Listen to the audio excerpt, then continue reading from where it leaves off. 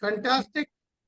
It's a fantastic moment for Vision India Forum to welcome Mr. Narendra Sundarao, somebody who advised former prime ministers of the government of India or India.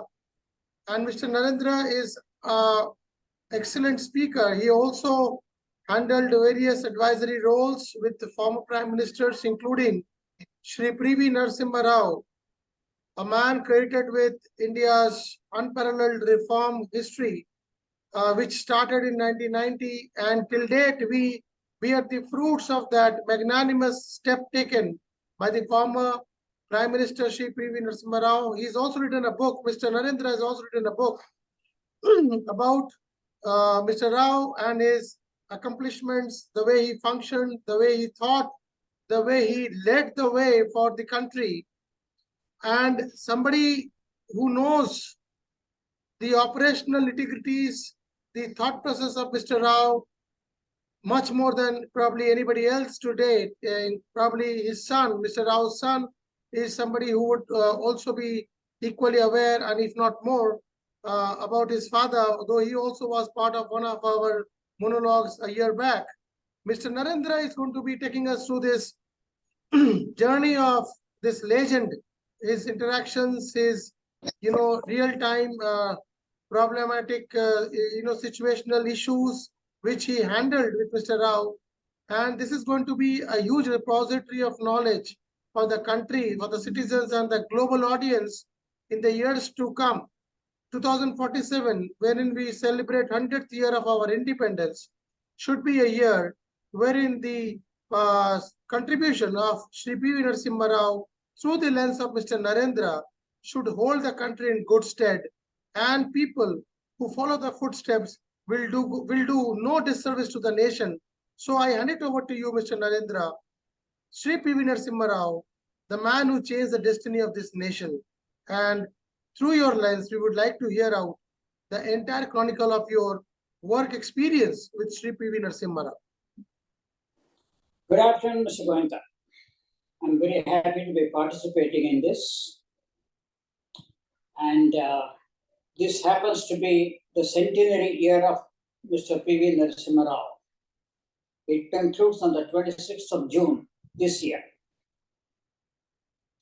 I have written a book about not so much a biography of Mr. Narasimha Rao, but the 5 years of Narasimha Rao government, how that government changed the face of India, how it laid the foundations for India's growth, development, and to become a developed country. The book's title is India's Tipping Point. I'm showing it to you. And this came out only very recently. And why did I write this book? I wrote this book not so much to say what role I played or in the biography of Mr. P. Narasimha Rao, but to put on record what were all the challenges the government faced then, internal, external, political, and personal. And how difficult was it to change nearly 40-year-old economic system? It requires a mindset change, a political mindset change. And not many people would know on what day the economic reform started. In 1991, the real economic reform started on 24th of July, 1991. There was a 40-year-old law called Industry Development and Regulation Act 1951.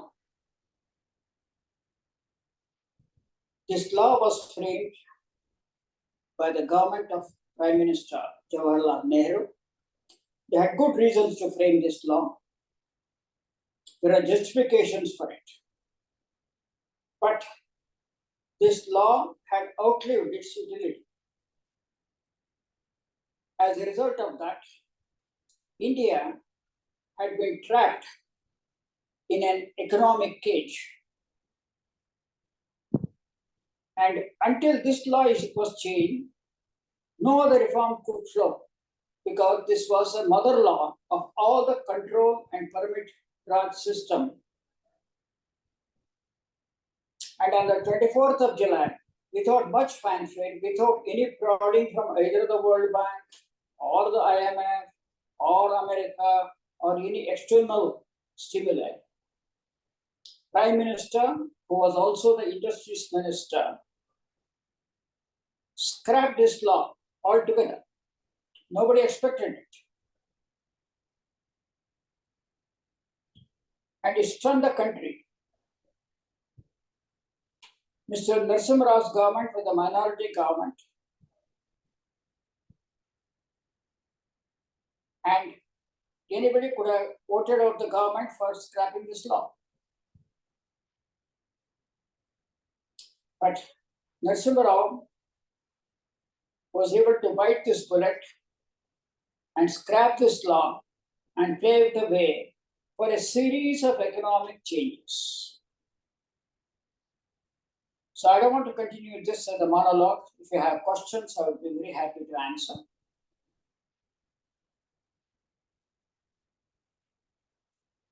Mr. Narendra, I would request you to take us through various case histories in brief. The questions, there is no point questioning what he did, because we are still bearing the fruits of whatever he did. And I'd like you to speak as a monologue for the next 15-20 minutes, and we'll close by 1:05. Okay. No, the questions of what I meant was, if you had read the book and asked the questions from out of the book, then I could have given you various kinds of answers. Now, to continue the discussion, after this law was passed, then came the very famous Manmohan Singh, the finance minister, Dr. Manmohan Singh's budget. And this budget, backed by Mr. Narasimha Rao, decided to bring down the duty barriers, reform the taxation system of the country, and then open the economy in different ways.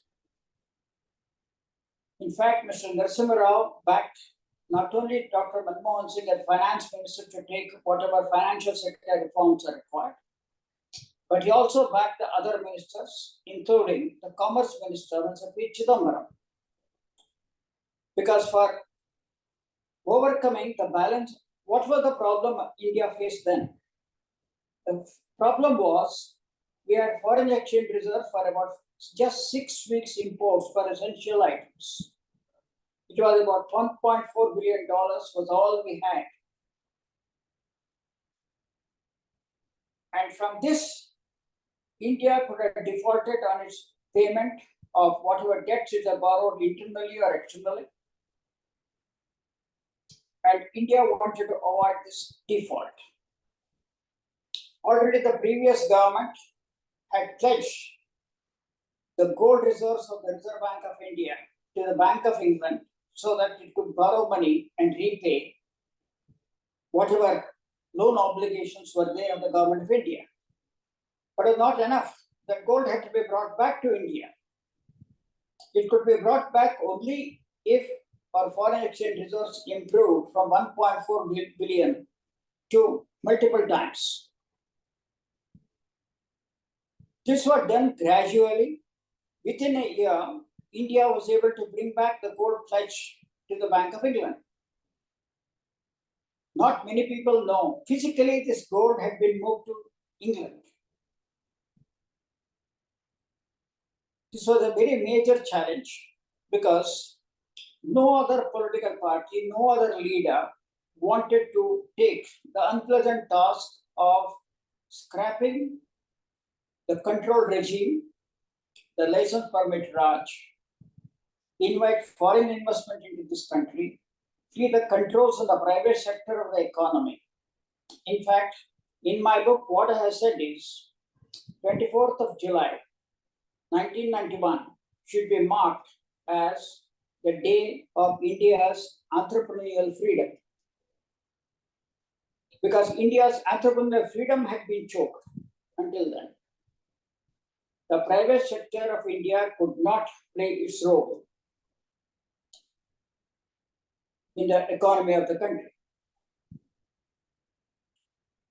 Once this law was cracked, then the Commerce Ministry was able to bring out a new export-import policy. What did it mean? We had a variety of tariff and non-tariff barriers for import of goods and services. These were gradually removed to bring them in line with what is known as the rate of tariffs imposed by other Asia's highly developed countries like Singapore, Thailand, and other countries, South Korea, so that we are equally competitive and attract foreign investment. And in the popular perception, normally the entire economic reforms are credited to Dr. Manmohan Singh and to an extent to Dr. Chidambaram. How did this happen? As a deliberate political strategy, Mr. Narasimha Rao stood behind them, giving them political support. He did not project himself, and he started advocating what is known as reform with a human face, so that the people, the underprivileged people, the disadvantaged sections of this country who are not players in the market forces are not left out. He started bringing in policies and programs which could cushion the shocks of the economic reforms on the vulnerable sections of the society. Narendra ji, why did he underplay his role? Pardon?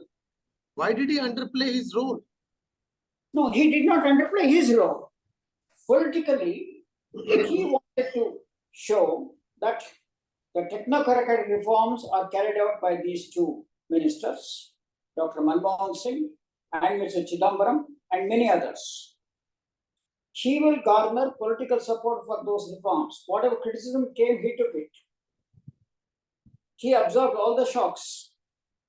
Then he himself put together a series of programs like rural development, more fund for agriculture, and a VRS system for the workers in the industries, so that the vulnerable sections also do not get very badly affected and they start resisting the reforms. Because putting the reforms in a country where a large section of the people are outside the market forces is a very difficult exercise. It needed political support. And the BJP was not supporting the economic reforms fully. The left parties were not supporting them at all. And there was attacks on the foreign investment coming in, such as by the Pizza Hut and the Campo Cola. I do not know how many of you will remember. There are agitations in Karnataka attacking many of these people who came to invest money and open their shops. So how do you calibrate the reforms was one of the biggest contributions of Narasimha Rao. He did not want the reforms to come in a cascade. He believed in gradual economic reforms so that the shocks can be absorbed by the political system, by the social system, by the economic system. There any few instances of watershed kind of developments under his regime, or some master strokes that he played from a sectoral perspective, which till date have ramifications from a positive perspective for the country?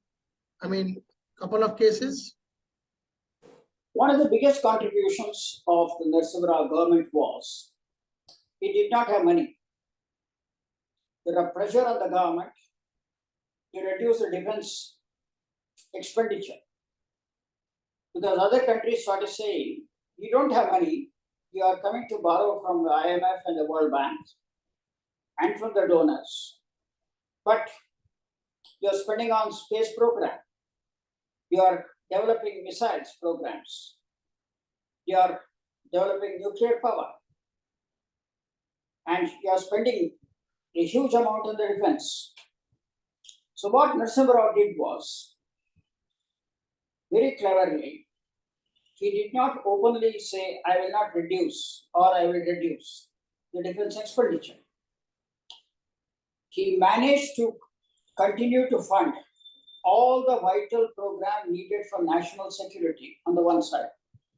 For instance, allowed Mr. Abdul Kalam to develop his missile technologies throughout. Then we had to develop what is known as a light combat aircraft, LCA. The development of that went on without any hindrance. And he only said, do not make too many announcements about some of these things. Quietly develop all these things so that we are not under pressure from these countries to squeeze us on the defense spending. That is one part of it.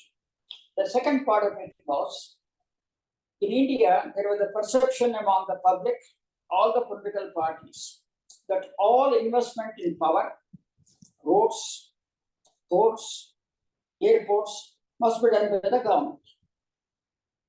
It was a mindset. How do you change that? For changing that mindset, he started selling. He says, mine is a bypass model.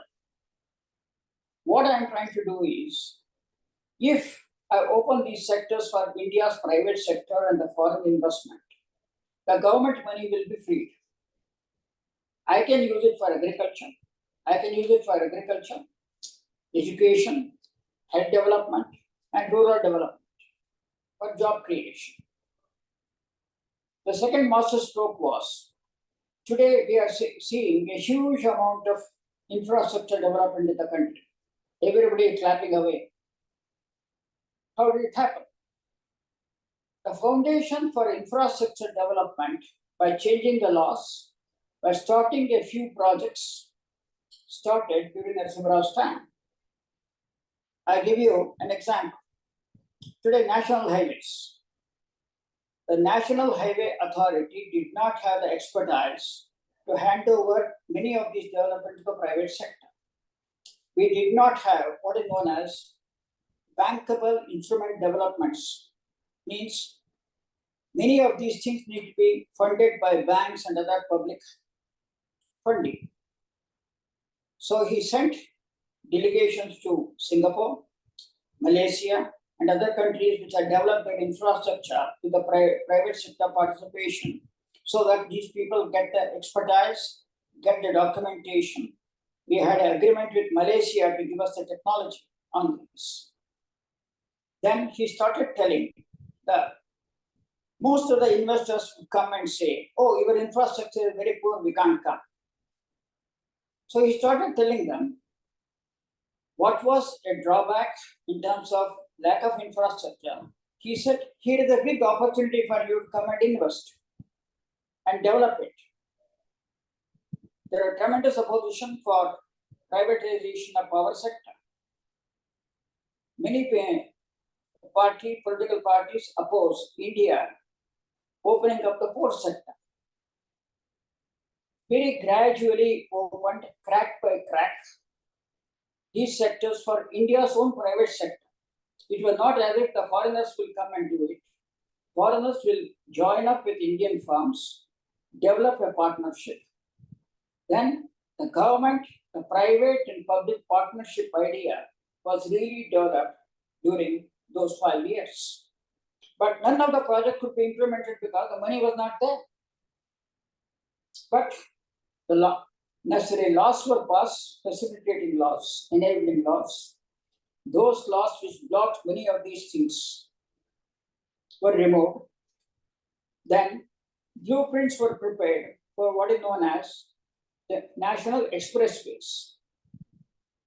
Later, the India government came under Vajpayee ji. They developed what is known as Golden Quadrilateral. The foundation for this was laid during Narasimha Rao's time. Then another very major thing, not many people would know. Both the Indian industry, particularly you remember Mr. Rahul Bajaj, he from the industry side opposed India joining the World Trade Organization because if you join the World Trade Organization, you have to comply with the international trading laws, reduce your duties and barriers. Your patent law has to be changed, your copyright law has to be changed to bring in line with international standards. The Bharatiya Janata Party started a campaign against it, joining the World Trade Organization. The left parties were certainly opposed to it. So joining the World Trade Organization was very essential for India because we were one of the founder members of the GATT. And World Trade Organization was the successor organization. And unless you join, your international trade cannot be carried out. Despite all the opposition, he paved the way for joining the World Trade Organization and allowed the finance minister and the commerce minister, other ministers to bring down whatever barriers were there. Any other question? Yeah, see, I do understand that most of these big initiatives like the National Highway, the Golden Quadrilateral, the opening up of the economy, the FDI, the World Trade Organization, joining the World WTO, reducing the tariffs, curbing the tariffs on imports, duty-free imports, so many things. I mean, all these were done, but there are also a lot of question marks about the political compromises made by Mr. Rao. Would you like to speak on them? In politics, if you don't make compromises, particularly if you are in a minority government, what were the compromises? In 1993, the opposition parties wanted to vote the government out because they were a minority government. So what, like many other governments, his governments also tried to buy support from outside. And when you bring in from any of the other political parties from outside, there's a price to pay. Not many people will remember Mrs. Indira Gandhi in 1969 had a minority government. Do you remember? I don't know. You may not. Then what she should do? She inducted ministers from the Communist Party of India. Mr. R.K. Khadilkar, Mr. K.R. Ganesh, and many others entered the government and supported. As a result, her government acquired a majority. Nobody criticized Indira Gandhi. Then the next government of Mr. Vajpayee, it also was a minority government. When it was about to be voted out, they tried to buy support from other parties. And when you buy support from other parties, there is a price to pay.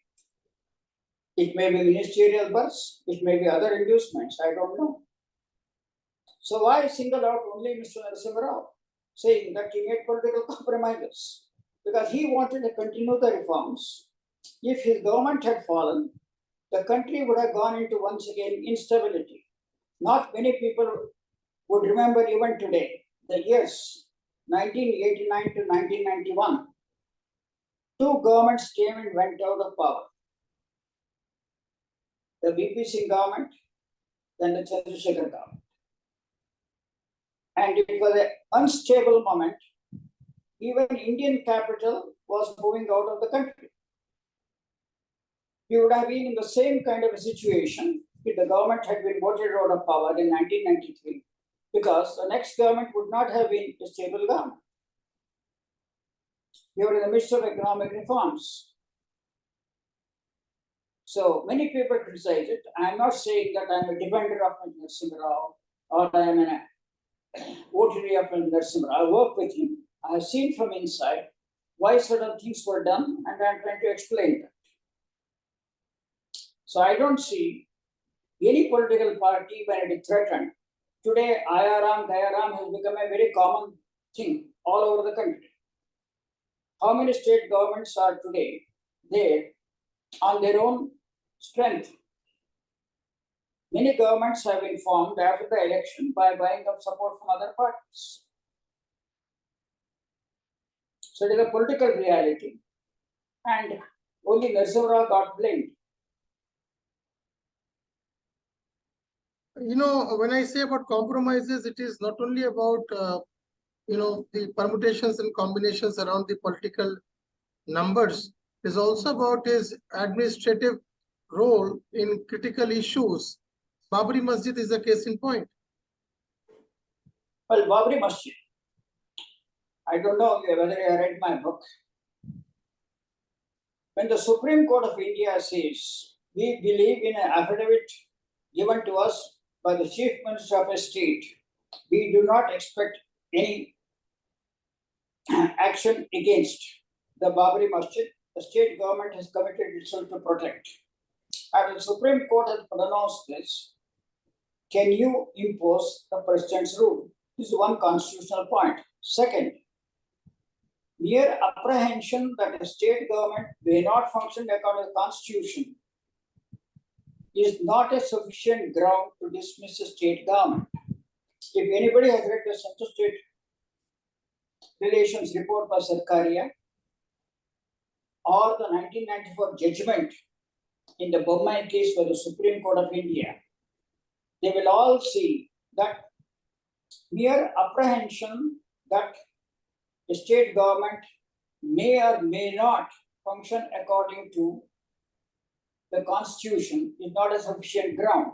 Second, the governor of the state will have to send a report stating that he fears that the constitutional machinery is broken down in the state. Until such a report was received, no president will approve an ordinance with the president taking over the power. You are saying something? No, I was just trying to figure out also his roles in the important issues like the separatist movements, the kind of underworld, you know, issues that cropped up very heavily, the 1993 Mumbai blasts, terrorism, separatist issues. During Mr. Rao's regime, yeah, we understand he's the father. He was created with nuclear reforms. He was somebody who started the nuclear reforms almost. And he also was responsible for the economic liberalization. But again, I go back to my, I mean, not a concern, just wanted to have a chat with you regarding where these issues could these issues have been handled better. The terrorism issues. What was the I mean, lacune? I mean, Okay, where you are coming from. On terrorism, Kashmir had almost gone out of India's hands when it came to power. Not many people remember, in March 1991, the separatists hoisted their flag in the Lal Chowk of Srinagar, declaring independence. It was there all over the world on the television. From there, very quietly nursed it back, brought peace and normalcy to J&K, and prepared the ground for holding the elections which were held in 1996. This is one area where I documented what all he did, what all the challenges he faced, and how did it happen. He engaged in international diplomacy, brought the USA to understand India's position and support it. He lobbied in Southeast Asia and with the Arab countries, isolated Pakistan totally, and brought peace and normalcy to J&K and prepared the ground for election. Now, Punjab. Punjab problem was there from 1980s. And he was the one who put down the terrorism in Punjab. How did he do it? He backed the state government, Mr. Beyonce. He backed the DGP of the state and gave them sufficient funds, gave them central support, and by the time he left office, Punjab was ready for elections. How did it happen? Third one, you mentioned of Bombay blast. Why did the Bombay blast happen? Because of Babri Masjid. Who brought down the Babri Masjid? Not the Rao government. It is the Kalyan Singh government. As a reaction, there was a reaction. And immediately, he spoke to the chief minister, I was a witness to it. He spoke to the defense minister and the home minister, brought in the army. And Bombay very soon started working as before. So where was the failure on the terrorism front? You see, the questions are not coming to me that he inherited a terrorist state like Punjab, a terror-ridden state like J&K, and brought normalcy to those states. Not many people today remember those things. Today it's all history. People who lived through those days, in fact, many people did not want to travel in North India because of terrorism when he came to power. And tourism flourished because the infrastructure developed, economy developed, and today tourists are freely going everywhere. Successive governments have built on that, whatever steps he had taken, even on the internal security. He is also somebody who is created with last 3-4 minutes with amazingly talented personality, 17 languages, huge talent for music. What do you have to say to that? Well, he was a multilingual and extraordinarily well versed in many areas. And he was a literary person. He himself had written a book, An Insider. And in addition to that, he could speak in Urdu, fluent Hindi, Telugu, English, and many other languages. And as far as I used to work with him when he used to have to prepare for delivering many speeches. A lot of people used to contribute, not only me, to preparation of the speeches. He will spend several days for important speeches, personally write them down, and then he will ask for facts, figures from everybody, recheck them, and it used to be an onerous task for us to help him in drafting some of the important speeches. On an independent day speech, he used to work on 3 months. Can you believe it? He used to start in April, May for 15th August speech. And after giving him so much of notes, everything, I have a copy on a back of an envelope. You'll just note down 5 or 6 points and speak extempo. There are no teleprompter. How many people have done that? Only I have seen Vajpayee ji doing that, Indira ji doing that. Then I have seen Narasimha Rao doing that. He was the first non-Gandhian to lead the country for 5 years post Mr. Rajiv Gandhi's assassination. What were the differentiating qualities which propelled him to that position? Because he was on the verge of quitting politics in 1990s, as popular belief is. So what basically, gave him this opportunity and to become the prime minister in a regime which was so dynastic in today. We believe Congress and dynasty politics are two sides of the same coin. So how come it is just the gap in terms of any leader during that time in the Gandhi family, or was it that he was a popular choice amongst the congressmen when he was brought back and appointed when the minority government was formed in 1991?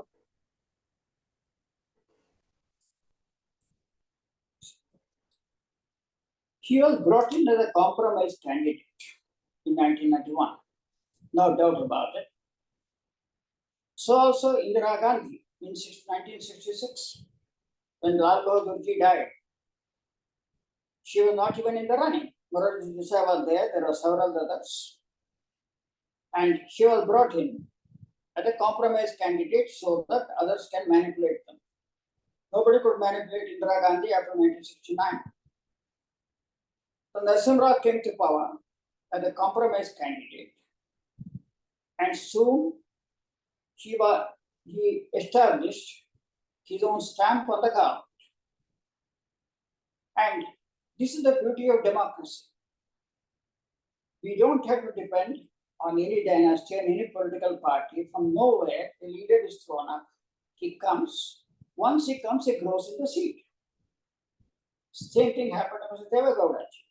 Nobody expected him to be the prime minister. And he came in 1996. Nobody expected Gujarat to be the prime minister. But Narasimha Rao has a vast knowledge of the country's problems, the challenges, internal and in foreign policy. In foreign policy, his contribution has been recorded by some of the foreign service officers when my book records it. It was an extremely difficult period for India because the Soviet Union had collapsed and there was only United States as a big power and China was a rising power. And India's economy was in doldrums. We did not count for anything in the international economic scene. And with his reforms, he started offering to other countries a stake in India's security as well as in India's well-being. And United States was always pro-Pakistan. We have seen what they did in 1971. They were the biggest supporters of Pakistan. In spite of that, Narasimha Rao, by opening up the economy, he brought in the US investors and businessmen into India. They started speaking up for India. Not many people will remember, in 2009, when Manmohan Singh government wanted to have a nuclear deal, who were arguing for India? It is the American businessmen. Without their support, the United States would not have removed the sanctions against India and allowed us to be a nuclear power. On Kashmir, the United States supported Narasimha Rao to hold the elections and restrained Pakistan from doing any mischief there. It is recorded that Mr. Clinton warned Pakistan not to do anything against India in 1995 November. Not many people will remember this. Then we had totally neglected Southeast Asia. Our relations with the ASEAN countries, the tiger economies, was not at all very good. During Narasimha Rao's time, for the first time, he made an overture, brought them in as investors here, then made Indians go and invest in those countries. And now today it is known as East Asia policy. And this East Asia policy foundation was laid by Mr. Narasimha Rao. How would you compare? I mean, probably the last few seconds. How would you compare Mr. Rao's leadership qualities because he was one leader from South, or probably the first one from South to lead the country. And he was a popular leader not only in South, but also across the nation. Unlike today, wherein we face a crisis from a leadership perspective at a national level, especially in the 5 states of South. And what do you attribute the reasons for this kind of political gap that has arisen, that has propped up in the last few years, and which is having direct or indirect ramifications of the country's growth story, nationalist, what do you call, sentiments. It is having ramifications also on the unification, the kind of federal structure of this country. The questions marks are being raised.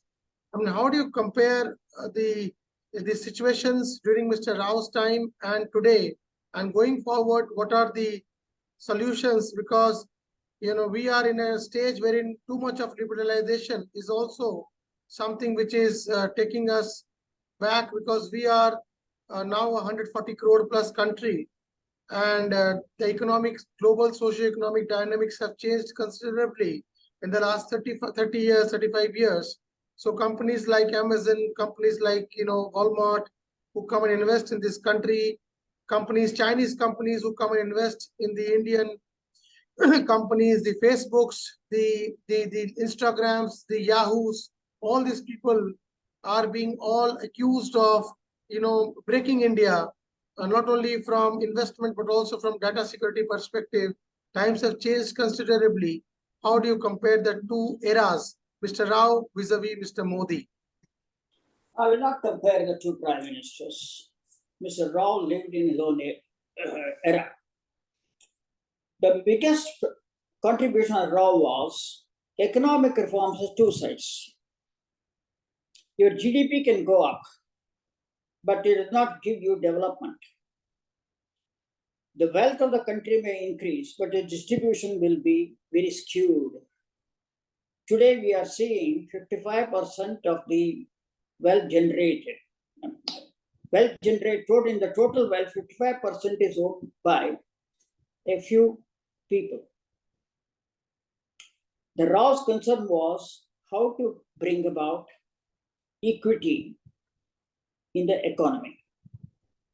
That's why he wanted always to say that it is not that the globalization should take place in the village. He said our villages should go and play a role in the globalization.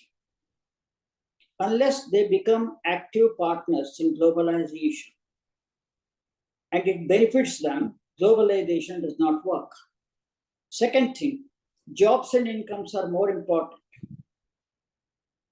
Mere GDP is not going to solve the country's problem. Today we are 140 crore population. In those days, our population was less than 1 billion.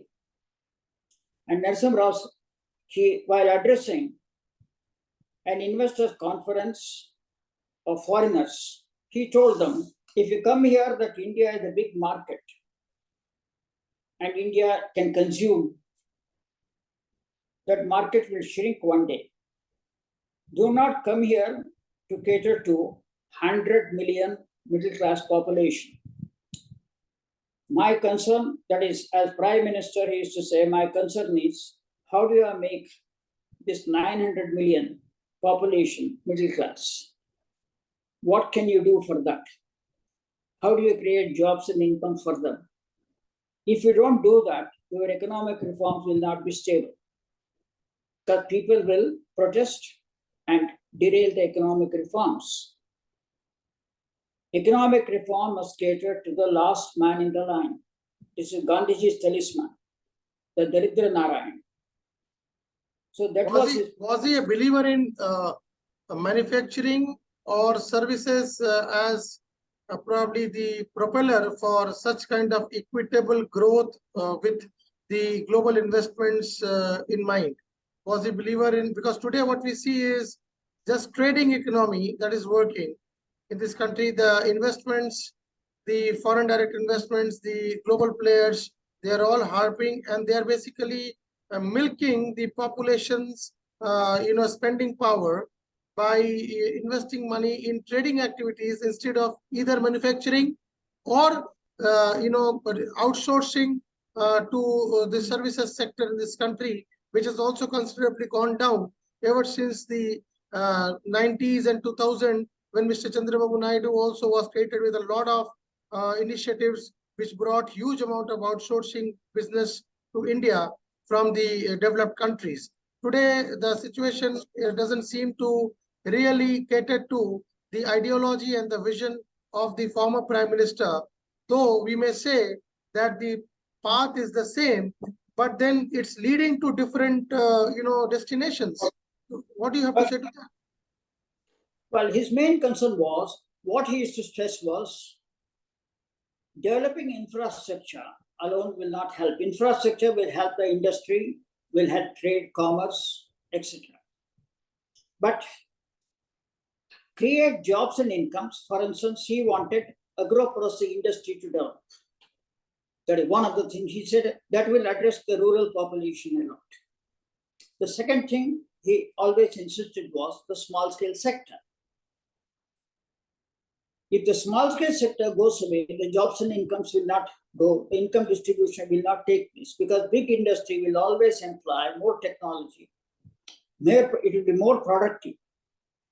The prices of goods will go down, but there won't be jobs and incomes. That's what I told you. When you address the foreigners, investors, there were 200 investors. He told them, don't treat them as mouths which consume. Don't treat them as only a market. How do you create jobs and income for them so that they start working for the reforms? Because many people say India should reform. Reform in what direction? Nobody says. He laid down, he went to Davos. And Davos is the rich man's club. They are not bothered about the common man. There he told them, I believe in the middle path. The middle path is, yes, I want foreign investment. I want development. I want GDP. But it should benefit the common man. If it does not benefit, he will protest. This is what happened exactly in 2007, the worldwide, when there was a global financial crisis. There was a 1% agitation. I don't know whether you remember. In New York, people went and occupied the Wall Street because they are not benefiting from the new kind of economy they're developing in this country or worldwide. Globalization is not equally benefiting the people. And there is a backlash against globalization. But mere protectionism also he did not advocate. That's how he went for World Trade Organization membership. His view was very broad. He wanted industries to come in, manufacturers to come in, small-scale industry to come in. Then the artisans, etc., ought to be helped. This was one of his major planks in rural development. How the artisans go to the global market. He wanted tools to be developed. He announced on Independence Day a special program for giving modernized tools to the Indian artisans so that they can improve their products and this could be sold abroad. So we have to now end the show. Just last, on a light note, did he ever go to a mosque? Pardon? Did he ever visit a mosque? Mosque? Yeah, I have visited a mosque. No, did he ever visit a mosque? I don't think so. I don't think so. Thank you. Thank you, Mr. Narendra. Thank you very much.